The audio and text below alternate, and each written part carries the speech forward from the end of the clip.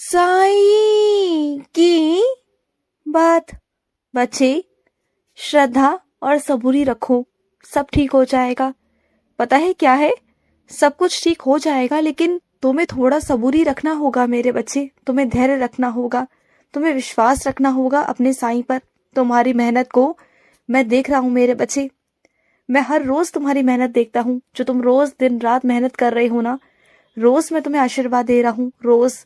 तुम चिंता मत करना, तुम्हारी भक्ति में कोई कमी नहीं है, तुम्हारी पूजा में कोई कमी नहीं है। तुम पूछते हो ना कि बाबा पूजा पाठ में क्या कोई कमी है? नहीं मेरे बच्चे, तुम्हारी पूजा पाठ में कोई भी कमी नहीं। बस तुम ना चीजों को देखकर, परिस्थितियों को देखकर ना थोड़ा घबरा जाते हो, और कुछ भी नहीं मेरे बच्चे। तुम घबराया मत करो, इतनी चिंता मत किया करो। सब हो जाएगा ना, अच्छे से हो जाएगा। सही समय तो आने दो, अभी सही समय नहीं आता, उससे पहले तुम परेशान हो जाते हो कि कैसे होगा, क्या होगा। हो जाएगा और सब बहुत अच्छे से होगा। पता है, जो कुर्सी तुम्हारे लिए मैंने चुनी है ना, वो कुर्सी तुम्हारा इंतजार कर रही है। वो सिर्फ और सिर्फ तुम्हारी है, किसी और की नहीं। वो तुम्हें ही मिलेगी और तुम ही उस पर बैठोगे। मैं तुमसे कहता हूँ, बस तुम मेहनत करो, दिन रात मेहनत करो बस। और सुनो, इन वहमों से बाहर आओ मेरे बच्चे, कि तुम्हारे जीवन में जो भी चल रहा है ना, तुम्हें लगता है कि तुम्हारे घर पर किसी ने कोई टूना टोटका तो नहीं कर दिया, किसी ने कुछ काला जादू तो नहीं कर दिया, कोई ग्रह दोष तो नहीं है, किसी पितृ का दोष तो नहीं है। तरह तरह के लोगों से पूछ रहे हो, इधर उधर भाग रहे हो ना, तो सुनो मेरी बात को। मैं तुम्हें जवाब देता हूँ कि ऐसा कुछ भी नहीं है। इधर उधर मत भागो, मत परेशान हो।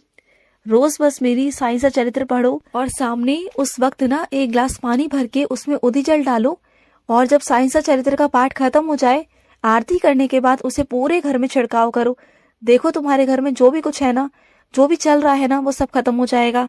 इधर उधर भाग कर, किसी को पैसे देकर ये सब मत करवाना। वो सब ढोंग होता है मेरे बच्चे, वो सब दिखावा है, और वो तुम्हें फंसाने की कोशिश करेंगे और तुम फंसते चले जाओगे। तो किसी की बातों में मत आना, किसी ढोंग में मत फंसना, समझो मेरी बात को। और सुनो, तुम ना ये तस्वीरों से और मूर्तियों से ना ऊपर उठो मेरे बच्चे। तुम्हारे अंदर विराजित हूं मैं, तुम्हारे आस पास एक ऐसी शक्ति हमेशा रहती है, जो तुम्हारे आस पास हमेशा होती है। हमेशा मैं तुम्हारे पास होता हूँ, तुम मुझे महसूस कर सकते हो, तुम मेरा अनुभव कर सकते हो। तुम ना ये मूर्तियों और तस्वीरों से ऊपर उठो मेरे बच्चे। हाँ, मैं मानता हूँ कि मैं कई बार तस्वीरों में या फिर मूर्तियों में आकर तुम्हें दर्शन देता हूँ, लेकिन मैं इस दुनिया में ना कण कण में विराजित हूँ। तो मुझे जहां देखोगे, जिस रूप में देखोगे ना, मैं उसी रूप में तुम्हें वहां दर्शन दूंगा। मेरी शक्ति तुम्हें महसूस होगी, और मेरी शक्ति तुम्हें मालूम है मेरे बच्चे। और सुनो, डरो मत, गिराने वाले बहुत आएंगे तुम्हें, मुझे मालूम है। जैसे जैसे तुम अपने जिंदगी में आगे बढ़ोगे ना, गिराने वाले बहुत सारे लोग आएंगे, लेकिन तुम्हें गिरा नहीं पाएंगे। वो चाहेंगे, उनकी चाह थोड़ी ना पूरी होगी। अगर वो कुछ भी चाहेंगे तो वो पूरा नहीं कर सकते ना। मैं तुम्हें बचाऊंगा, हर पल बचाऊंगा, हर वक्त बचाऊंगा, और मैं तुम्हारे साथ था, हूं और रहूंगा, हमेशा रहूंगा। उनकी सिर्फ सोच ही रह जाएगी कि वो तुम्हारे बारे में कुछ गलत कर पाए या गलत सोच पाए।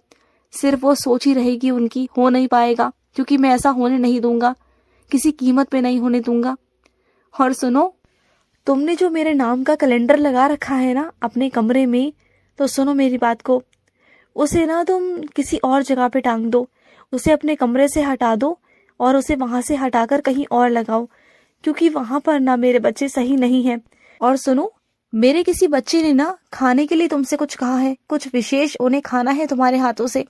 तो सुनो ना, उनकी ख्वाहिश को पूरा कर दो। अगले हफ्ते ही उन्हें खाने पर बुलाओ, और जो विशेष भोजन उन्होंने तुमसे कहा है ना, 1 से 2-3 चीजें कही है ना, जो भी उन्होंने कहा है ना, उसे पूरा करो।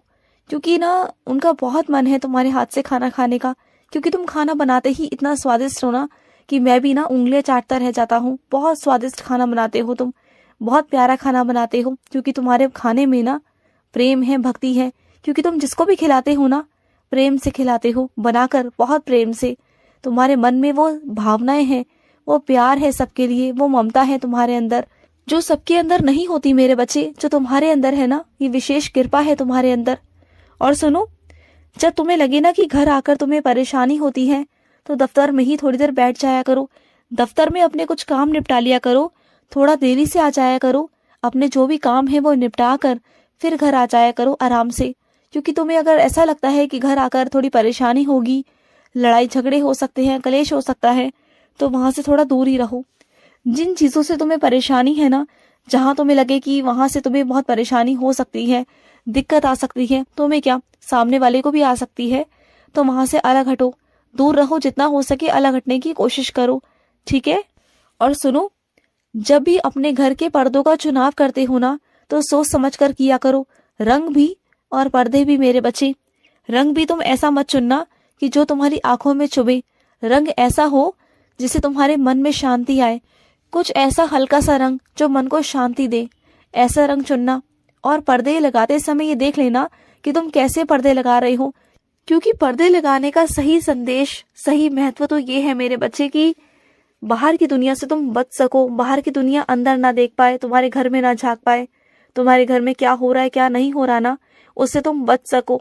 इसलिए तुम्हें पर्दे लगाने हैं ना, तो चीजों को देख समझ के ही करना, क्योंकि तुम बहुत सारी चीजों को ना बिना सोचे समझे कर जाते हो और फिर बाद में तुम्हें समझ में आता है कि तुमने हड़बड़ाहट में, जल्दबाजी में ये सब कुछ कर लिया जो तुम्हें नहीं करना चाहिए था।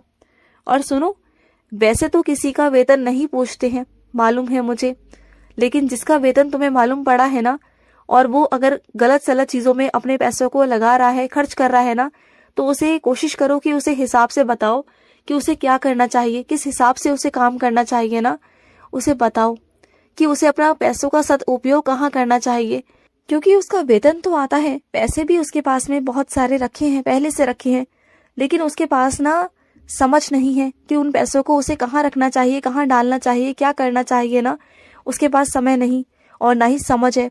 तो तुम ना थोड़ा उसका मदद करो, तुम उसे समझाओ, सही मार्ग दिखाओ कि वो सही निवेश कहाँ कर सके, कहाँ कुछ कर सके, उसको बताओ मेरे बच्चे, उसका सहारा बनो। अगर तुम पढ़ाई लिखाई में सक्षम हो ना, अगर तुम अच्छे से पढ़ लिख गए हो, तो किसी ऐसे इंसान की सहायता जरूर करना जो अनपढ़ हो, जिसे ना समझ ना हो मेरे बच्चे, या फिर पढ़ाई लिखाई करके भी उसे समझ ना हो, उसे ज्ञान ना हो, तो उसे ज्ञान देना मेरे बच्चे, किसी का सहारा बनना। क्योंकि कई लोग ऐसे हैं ना जो उनका फायदा उठाने की कोशिश करते हैं, और उठाया भी है उन्होंने, कई लोगों ने उनका फायदा उठाया। तो लेकिन तुम इस बार सहारा बनो। पता है क्या है, उनका विश्वास ना कई लोगों से उठ गया कि सब लोग धोखाधड़ी करते हैं, लेकिन वो अभी मेरे बच्चों से मिले नहीं हैं। तो उनका साथ देना, उन पर तुम विश्वास जमाना मेरे बच्चे, और उन्हें दिखाना कि तुम साईं के बच्चे हो और साईं के बच्चे कभी गलत नहीं करते। उनका टूटा हुआ विश्वास वापस लेके आना, उनकी टूटी हुई हिम्मत वापस लेके आना, उनका सहारा बनना। तुम करोगे ना मेरे लिए? मैं अपने उस बच्चे के लिए खुद तो नहीं आ सकता, लेकिन तुम्हें मैं भेजना चाहता हूँ अपने उस बच्चे के पास कि तुम उसकी मदद करो। वो हर रोज मुझे पुकारता है, हर रोज मुझे कहता है कि साईं आओ, तो तुम उसकी मदद करो ना मेरे बच्चे। और सुनो, कोई है तुम्हारे आसपास ऐसा जो बहुत बीमार है और उसके पास दवाई के पैसे तक नहीं है, वो तुमसे मांगेगा नहीं, वो तुमसे कुछ कहेगा नहीं, लेकिन अगर तुम उसकी मदद कर सको ना, तो मुझे बहुत खुशी होगी। तुम उसकी मदद जरूर करना मेरे बच्चे, कुछ दवाई के लिए कुछ पैसे उसे देना, जिससे कि उसकी दवाई आ सके। उसे बहुत बुखार है, उसकी तबीयत ना बिल्कुल भी ठीक नहीं है। अगर तुम थोड़े पैसे उसे दे दोगे ना उसकी दवाई के लिए, तो काम आ जाएंगे उसके। कुछ वो खा लेगा, कुछ पी लेगा, कुछ दवाई ले लेगा ना, तो कुछ पैसे दे देना उसे। तुम पैसों की चिंता मत करना, तुम्हारे पास पैसों की कोई कमी नहीं आएगी, मैं तुम्हें देता रहूंगा। तुम आगे बढ़ाते रहो और मैं तुम्हें देता रहूंगा। और कहाँ से आएंगे, कैसे आएंगे ना, ये मत पूछना, बस तुम्हारे पास आते रहेंगे। तुम्हारे पास पैसों की कभी कमी नहीं आएगी, तुम जितना दोगे उससे दुगना तुम्हें मिलता रहेगा। और जिसने तुम पर आरोप लगाया है ना, मुझे मालूम है कि वो आरोप गलत है, वो झूठा है, उसे सही साबित मैं करूंगा, चिंता मत करना। आज नहीं तो कल सबके सामने लेकर आऊंगा, तुम बेफिक्र रहो, मैं हूँ तुम्हारे साथ, खड़ा हूँ तुम्हारे साथ। और सुनो मेरे बच्चे, जिस काम के लिए तुम बहुत भटक रहे हो ना, परेशान हो रहे हो, उस काम के लिए तुम्हें अब ज्यादा भटकने की आवश्यकता नहीं है। वो तुम्हारा काम बहुत जल्दी हो जाएगा और मैं उसे करवा दूंगा। बिल्कुल चिंता मत करो, बहुत चिंता करते हो तुम, बहुत ज्यादा। इतनी चिंता मत किया करो कि तुमने खाना पीना ही त्याग दिया है, ऐसा मत करो मेरे बच्चे। अपने स्वास्थ्य का भी ध्यान दो, ठीक है? मैं हूँ तुम्हारे साथ, मैं सब कुछ ठीक कर दूंगा, विश्वास रखो अपने बाबा पर, ठीक है? खुश रहो। आज का साई संदेश समाप्त हुआ।